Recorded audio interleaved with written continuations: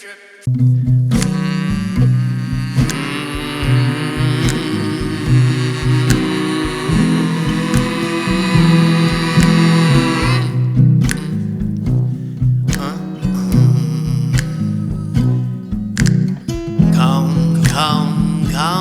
find out what this survey's all about. The dirty South. What do you know about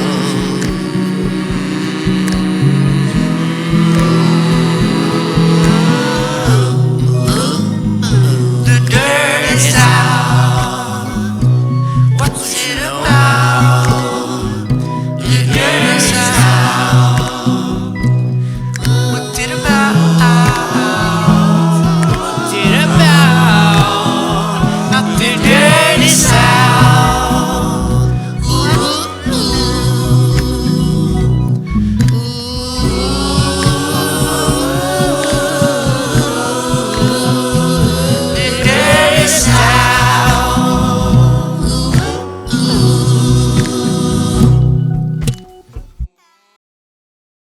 Welcome. Happiest of holidays, Yuletides, winter solstice, Christmas, Hanukkah, Kwanzaa, Festivus, whatever the label that you and yours apply to this intimate, reflective time of year. And I hope you were surrounded by and able to receive and give love. I had some headier material concerning the very trending history of various rural counties in California, but I found it to be a bit too cerebral for the season, and I thought instead we would just look at some pitches. And what we're looking at is, the title didn't give it away, maybe I'm waking you up from your nap and you're jumping in the middle of this. This is the Carnegie Survey of the American South. It's very low on information, low on narrative, very high on fleeting documentation of astounding buildings and structures. We're barely 1% through into this survey. It's in-depth photographically. So consider a slideshow of America as we pontificate and struggle to assemble the scraps of information that we're given into something reasonable within which we can interpret our own history as Americans. I'm your humble host, an amalgamation of everything I've ever seen, every person I've ever met and spoken with, every influence I ever had, every book I've ever read, every song I've ever heard, all rolled together down a tumultuous, dirty hill of confusion, arranging itself into thoughts and exclamations and possibly some humor, or at least feeble attempts, processed and filtered with a new label slapped on it, and that label is WhisperJack. And this house is the Pink House. And we're told it was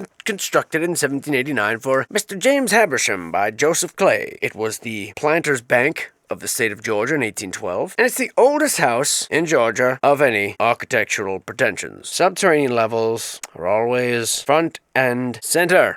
Oftentimes, these homes are named after simply the person that lives there, or if there was a person of some historical importance who donated the home via an heir or some other sort of charity, the house will adapt the name of said heir or trustee. But this house was built by the architect William J. for Richard Richardson sometime between 1816 and 1819. And we are in Savannah, Georgia, and there is no telling if any of these structures still exist to this day. Such is the nature of this survey. A remarkably beautiful home, as nearly all these are. Really, they are an astounding, eclectic collection of American past, no matter what, or whom you personally interpret to have been the resident of. This is the Richardson Owen House, simply from a different angle, and good golly wackles. One does wonder about the repeated symbolism that pops up, whether it's the stand or the music clip of a musician or any other symbol you can describe it to. And really, when you dive into symbolism, so here's this website here, you can see the name, and it's grown, can't remember where I found the reference at first. It might have been Conspiracy RS, or I'm not sure, but I didn't find it myself, okay? So I'm not trying to take credit for anything. But it's been gradually growing more and more unfree, like most of the world. My larger point is, when you examine symbols like Adinkra or any of these, you find there are so many that repeat from culture to culture. And of course, the blending of fiction and fact, like fictional worlds and plausible worlds, like Lovecraftian mythos here versus Norse runes, or even just flowers in general. All these symbols, there's so much overlap that it starts to lose its meaning. And it starts to become really difficult to determine what meant what. when you use sites like these. And I love this source. I think it's fascinating. It's great to look through. But so many of the symbols repeat. Like I said, it's impossible. Like, it's almost like whatever powers that are aligned against us. It seems like it's always just stacked in a way where when there's something of value that comes out information-wise, shortly after there's a barrage of related information that stretches from wild theory to wilder theory. And the waters get so muddied that the truth again is elusive and escapes us. That's the way it seems to me. And it's very difficult to interpret symbolism anymore. Because you don't know. You don't know how far. You don't know which authors to trust. You don't know who's a bad actor. You don't know. We don't know anything. And we're all just sifting around through piles of garbage going, is this worth anything? And you're just as right as the next guy about something, and he's just as right as you about something else, if not more. And I said that weird, and I'll continue to say things weird, as is my wont. Okay? And with that, I'll dismount from this increasingly tangential point that I failed to make. Richardson Owens, Thomas House folks in Savannah, Georgia, and that is what you're looking at. Got no further information, and maybe no further speculation. What is it, different arrows? What is it, like 3 in a row, different? Weird. The only thing that changes is like the flower vase. See that? It's like, ooh, now it's a globular one. What are you trying to tell us? I guess there's a little placard over here on the left that disappears too. No one sat in that chair for years, but somehow the vase changed. Here's a little symbol that we see everywhere, and I mean everywhere. Every chair, every sit in the background of the halls of Congress. Could be just everyone universally loves that symbol, or it could be more. Who am I to say? Look at that beautiful wrought iron work. Just gorgeous. What an art form. We just aren't making those kind of things anymore, are we? And this is on Abercorn Street in Savannah, Georgia. At least that's what it looked like in 1939 when this photograph was allegedly taken. But it was built, 1849 for Andrew Lowe, who's a British cotton factor. I don't know what that means. Factory owner? I don't know. But the notes are scribbled out here. It was home founder of the Girl Scouts. I see. Juliet Gordon Lowe, who apparently was the British cotton man's spouse. Possibly. House bought in 1927 by the Georgia Society of the Dames of America, whose headquarters the house now is. Yes, so the Georgia Society of the Dames of America, since 1927, who bought this home from Julie Gordon Lowe, the founder of the Girl Scouts, who was built for Andrew Lowe, a British cotton factor, owner, perhaps. And that's the history of it. No, you don't get to see inside. Business hours are closed. But you do get to see the front door. That's what this is. The beautiful front door with the beautiful lions that look rather dismal. These are some bummed out lions. He's like, oh, man. It's like, you guys get to go with us on vacation. Nah, just kidding. You guys got to stay here. Like, no, man. Except for weird lions. I've seen plenty of lions adorn plenty of doorstep. And most of those lions look ferocious and formidable. At least imposing. Or at least regal. Or at least, if anything, just like lions. Those just look like bummed out teenagers. This is a weird thing to do here. This grand entrance looks like we could have done without these seedy little underbelly doors. Who knows why you'd build it like that? And by it, what I mean is exhibit number GA1142 in the Carnegie Survey of the American South, complete with delicious wrought iron work and everything you'd expect from a first African Baptist Church in Franklin Square, Savannah, Georgia, which is what this is. Built in 1859, and not a dismal emo lion to be found. How comforting. It really is. I've had about all the emo lion I can take for one afternoon. I have a very low tolerance. This is the Telfair House. If you couldn't read, I just read it for you. Building structure dates to 1819, built by architect William J., who you may recognize him from the very last picture we looked at. Apparently he knows how to design statuary, fancy temples, and residences. How about that? This is the home of the Telfair Academy of Arts and Sciences, and that's all that we're told. It looks like this in the 1950s when this photograph was taken several times, apparently. No change in the shrubberies. Does leave me suspicious. So the time frame. This is an interesting feature I'll add here underneath here. First thing I'd do is crawl right under there. You can see the brick peeking through here, so we've got some sort of like a stucco applied over it, or a concrete, or a plaster, or some sort of a mixture that looks like stone, which was very prominent in those days. Come here, sit here under the man with the very unnaturally right angled arm. How many fingers you got there, bud? I like to make it vague, if you don't mind. So personal. Asking such questions. Somebody, and I'm gonna close my eyes, and when I open them, somebody better be telling me the truth somehow. I don't know how that used to work. But anyway, look at someone flipped this thing around. Look at this tablecloth marker. Look at that. Flag upside down, dog. Oh my god. And then they made the table bigger and they made it disappear. Ooh, dude. We had a party at Grandpa's house and everyone can tell now because furniture's moved around. You're in trouble. Oh my god. Who has a harp in their house? Who has a harp in their house? I wish I had a friend who had a harp in their house. Look at that down here. You see this here, this little symbol everywhere, you know? Well, what does it mean? Where'd it go? Where'd it go? Where'd it go? Where'd it go? Here. No. A lovely lounge chair. Look at that sweet fireplace. And those, what's going on with these people's arms, dude? Oh no. Which globe is accurate? What do you need 2 globes for? You globe hoarders? Give some to the poor people. This is the symbol I was talking about. This is normally associated with music or electricity or tuning rods, things of that nature. Riddle me this, Mr. Mason with the hidden hand. Riddle me this. Little do I trust this low house. Oh wait, this is the Telfair house. Little indeed is the trust that I hold for this home. Little indeed. Bunch of shifty characters up here on the wall. No, thank you, Martha Washington. I'll see myself out. A bunch of disembodied heads here. Ooh. Who disturbs our secret seance? You guys are the ghosts, bro. Not me. Okay? Not me. Look at that. Wow. Incredible ironwork. Little Stafford style designs here. What does it mean, America? What does it all mean? What beautiful homes, my lord. What beautiful lampposts. Golly. Howdy, Bob, howdy. You know, one of the first things that I look for when I enter these neighborhoods is the lampposts. You know, it's odd. In America here, well, at least around my neck of the woods, there's a distinct character to the old lanterns and lamps that are often one of the last and most telltale signs that a neighborhood is indeed old. Because now what they do here is they throw up these cheap chicken wire plaster abominations that resemble old water mills and old towers and old facades of buildings, but really it's just all for show. And inside you have drop-down acoustic paneling and horrific fluorescent lights, and it's an abomination. But the lanterns are often stand out in their classy ways, and in fact, if I were single and there were a single lantern out there that was interested, well, I might just entertain the thought. I'm very fond of lanterns, you see. And from what I'm told, it's a preference, not a perversion, to be in love with a lamp.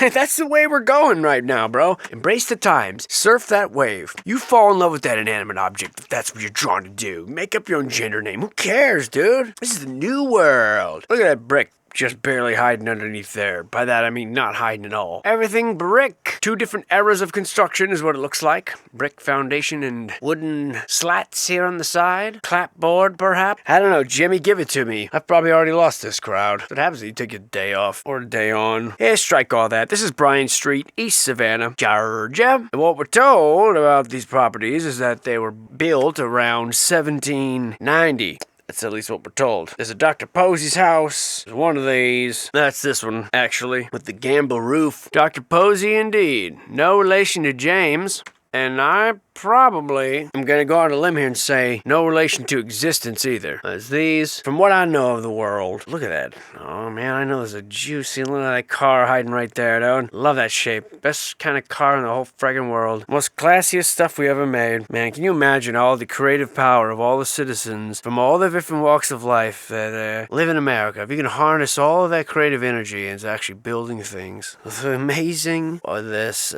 works that would come from such an enhanced environment. And I am aware of the abundance of theories regarding the origin of these buildings, and certainly my entire arena of investigation I've tasked myself with here is exploring these old narratives and why we go from such beautiful wrought iron porches such as these to what we have now, which is the opposite of craftsmanship and things that last. This is a disposable culture. Throw it away, get a new one delivered from Amazon in minutes. Do I think we built everything? I don't know. The stories are too vague. Some of them are too unbelievable with what we're told were had. The lies are too many. The suspicion is too much. Look at that. That's amazing. How cool. Imagine even your rain gutters or car. Or like, what America is this? You know, there's too many things that are suspicious. At the same time, do I think we could have? We could have. It's possible. It is possible. How can I say it's not? It doesn't seem likely, and I'm sure that the truth is a combination of both. Incredible things we did and didn't do. Standing on the shoulders of giants. Well, sometimes if you forget the giants even there, you become giants yourselves. I don't like to take anything away from people, but I do like to throw out a lot of trash that they fill our heads with. That's for sure. Look at those lions. They don't look so emo, do they? That's a proud man right there, what got himself 4 little miniature lions with some self-respect. Get them little mopey Eeyore lions out of my face. And now we find ourselves at another constant source of mystery for this era, and that is the cemeteries. I suspect had a different origin story of sorts, but we'll never know, because these stories exist in the past, and we are from the future. This is an interesting little rural stretch of the survey. We see a little bit of dilapidation, a little bit less glamour and glitz, and of course poverty is still a very real part of our existence everywhere. By our, I mean humanity. And I am told that this is, actually I don't believe what I'm told. That's not a church. Doesn't look like a church to me. Hard to say. We're in a different part of town now. Look at these little cuties down there. Sousage. Come and get your sousage. It's French. You wouldn't understand not being from here. And then you just jolly, I mean, come on. Give me a fucking break. Little rural wooden house, scraping by with broken window panes, doing what they can. And then a fountain for the gods. All in Georgia, all in the same time period. What ridiculous shit is this? As far as I know, Georgia, since the advent of America, has been a relatively American place. Whether it's black or white, very southern roots. And usually those roots are usually deeply steeped in some sort of a Baptist church. Not saying there weren't bad people, not saying anything like that. But where in that history does that include carvings of the gods of like Neptune and these pagan, repeated pagan and nude statues and symbols? Like what is this, Elijah and Moses or whatever? Like no. This is like Roman nonsense that no one here ever believed in. Why would they do this? And I don't think they would.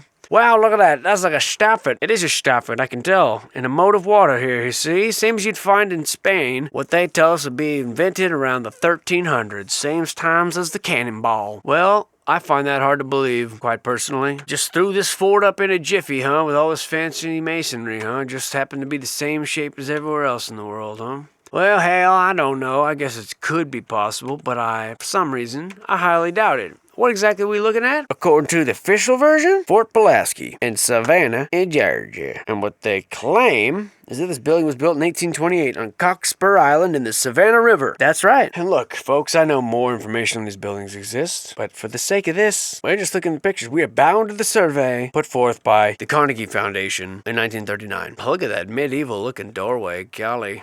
This door's just for the hobbits to get through, apparently. This little mini one. Yep, if you're a hobbit, come on in down here. And it's definitely taking a pummeling. Now that looks more realistic. It's like, yeah, that looks like it's been smashed with cannonballs. Can you imagine how many cannonballs it would take to reduce that to a pile of rubble? I mean, let's say that each one of these hits is one cannonball. Okay. I mean, what do you got? You guys got 500 more to blast at these walls? And now take that to the entire city of Richmond, which is like what they show us. Yeah, right. No doubt people hid behind this, but look at the thick rows of brick on that. Where'd they even get these bricks from? No friggin' way. There wasn't that kind of industry back then. Millions of bricks. I don't know. It didn't make any sense to me. And it also didn't make sense that there's so many old houses that seem to be built of shoddy material on top of brick foundations. Just doesn't make sense. Look at this ironwork. Good golly wackles. That is beautiful. Same motif here we see everywhere, but jeez, seemingly so unnecessary and such a beautiful, beautiful building. And let me just give you the name of that one, because that's a wonder to behold right there. Tip my hat to somebody. This is the Hardy Hartridge House.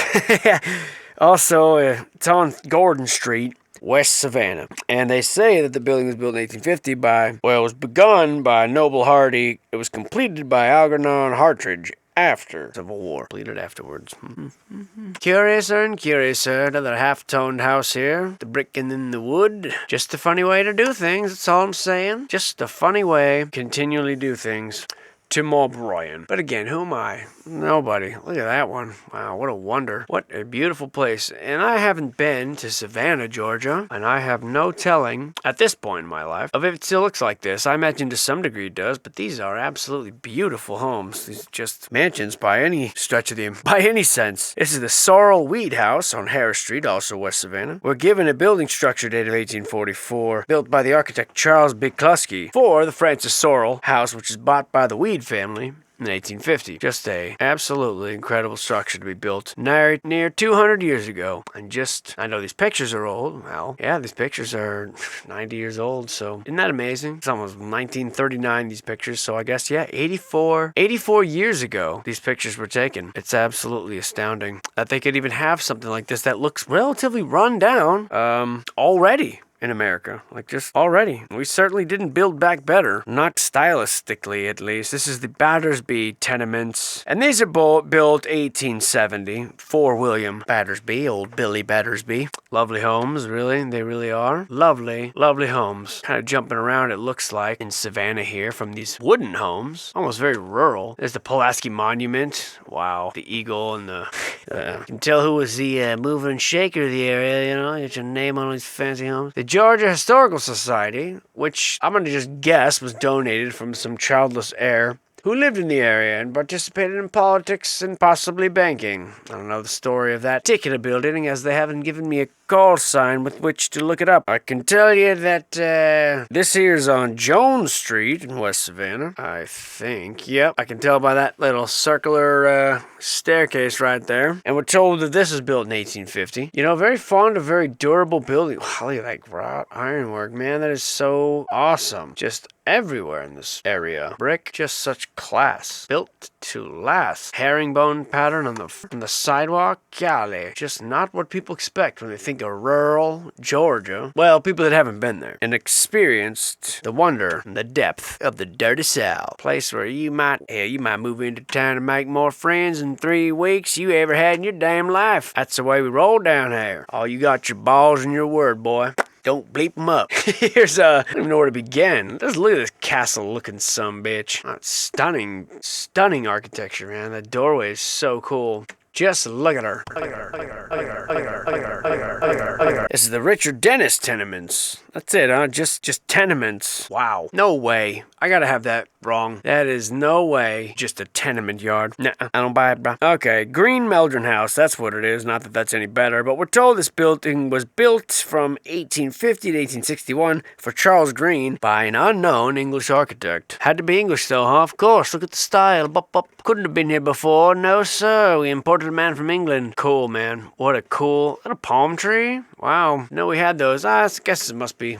They got some coastline down there. Beautiful wrought ironwork. What a building. This is where you wait for Mr. Green. Busy right now. We'll send for you when he's ready. Wow. What a mansion. Alrighty, you see a little black and white tuft through here, you know? It makes me a little suspicious. Wow, what an opulent place. This survey rarely takes us inside. Ooh, the lolly, look at these guys. But we are treated to exactly that. With this one, too good not to enter, I suppose. It's probably part of some historical house by now. Oh, I see. Never mind. These pictures are from the Early Architecture of Georgia. That's the name of a book. A photo book. And that's why we get to see the inside. Someone lovingly donated, or actually sold these to the United States government. That's how we got them. Sold the rights to them, huh? Look at that dome. Beautiful. That's interesting because most of these actually come from 1 or 2 collections, believe it or not. All these pictures that they purchased from someone in someone's estate in like 1950. Really got the majority of these pictures.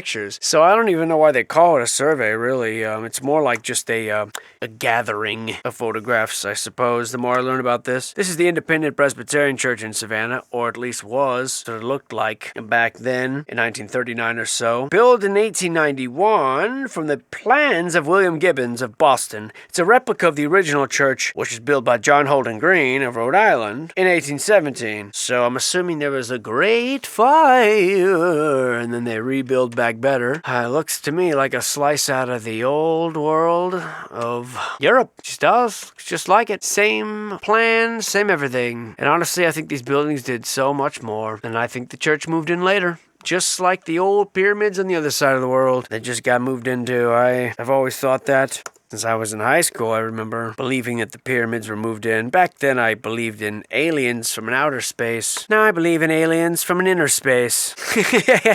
Like deep inside, like deep inner, deep down dark in that place that you never go. That's how you know where they're from. 'Cause you haven't been there. 1827, that's when this building was built. Mr. T. Hayward G. Gignoliot was the related name, but built by Matthew Loughborough as his residence. None of that information makes sense, I'm aware of that. But there it is, on Floyd Street. I'm going on break. Is that how they do the street signs there in Georgia? That's pretty cool. 1, 2, 3, 4, 5 building. I've never seen that before. McDonough Street. That's what this is, and we are still, folks, putzing around Savannah, Georgia. 1861's the date we're given. Built for Alfred Haywood. Moving on. Beautiful buildings all over Savannah. I've heard so much about Savannah. Lots of musical artists I used to listen to. Grew up there, spoke very highly and warmly of it, and I can see why. Wow, that is just gorgeous. Man, how much that would cost today, I just don't know. And then again, the jump right to something rural and run down. It's amazing how they do that. Now,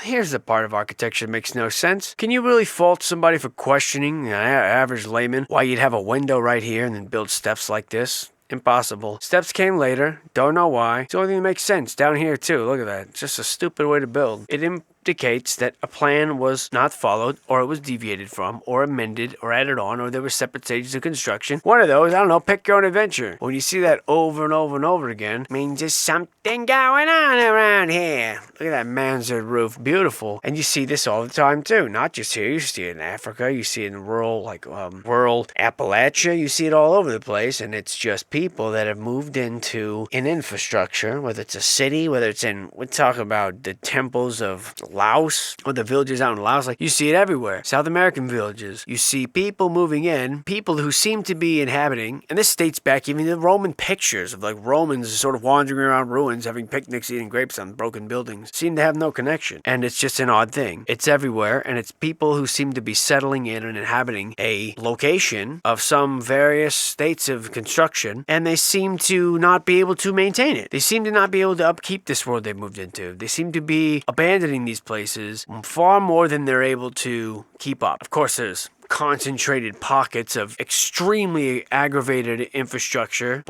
just like that. But I mean, even these stacks of cinder blocks and bricks don't even compare to the craftsmanship that you see above it. What are you doing with this junky stuff up here? Look at the way they're arranged. Like, what is this? This is a photo shoot? Class photo shoot? Like, this bridge is done. What are we doing here? And maybe you gotta rebuild it, fine, but it doesn't match. The old world, this elegance does not match the stuff we're doing today. Sure, we can restore it. I would hope we could restore it. People act as if, well, we restore it all the time. That's proof we built it. What is that? What are you even talking about? You know how many broken things I fixed? Like, I fixed cell phones. I fixed all kinds of things. Do you think I could build one?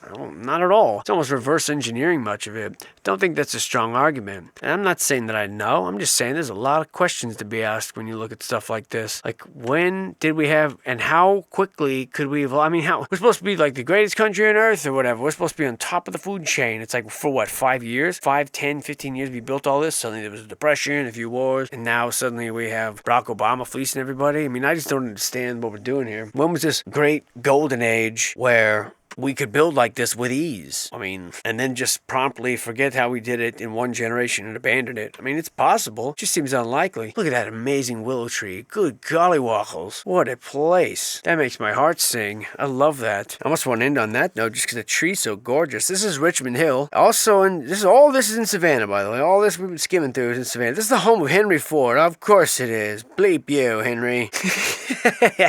I don't know why. I guess I don't have any real reason other than bleep you for having such incredible trees, and what a mansion. I guess you deserve it if you're doing what you do, but jeez, I don't think, unless I had like 100 roommates, I don't think I'd even want to buy a property like this. Wow. That is stunning. Isn't that amazing? You're looking at all these 100, 200 photographs of just incredible architecture, and still nothing compares to the beauty of nature, even in this manicured way. I mean, you're looking at like, what, 5, 6, 8 trees in a row? That's it? That's it to create that? That undeniably beauty, that seemingly random pattern that plays itself out, no matter how symmetrical your architecture could ever be, no matter how skilled the craftsmanship. no matter how incredibly ornate the pattern, you still can't even duplicate the beauty of just a handful of trees growing in a row. Unbelievable. The world is such an amazing place. You know, I was listening to Jordan Peterson the other day. Regardless of what you think of the man, he's got a remarkable mind. And he was saying, I guess summarizing parts of his latest book, which I haven't read, and he was saying that the search for truth needs to be equated with two things, and that's adventure and responsibility. And he was saying that what other responsibility would you have than to search for the truth? And isn't that a great adventure to say something and see what happens? To put forth an idea and put yourself out there and be vulnerable and say, come what may. That is adventure. It is trying to be James Bond or whatever it is. Pick your hero and trying to save the world in your own small way. It is the epitome of adventure. Putting yourself at risk. And in a way, it's also your responsibility for that you owe to yourself and to the rest of humanity. And I like the way of looking at it. I probably did a horrible way of paraphrasing that. But it's a beautiful sentiment to equate truth, the search for truth with adventure and also responsibility and put that purpose into your life. And I found that to be very inspirational. And all of this is an adventure. Every sealed doorway to me, every empty window, every corridor to me is something worth crawling down and exploring. And I hope that that playful, childlike curiosity never gets beaten from me, never gets beaten out of me. I'm sure one day I'll get too tired for it. But for now, it's a huge oyster.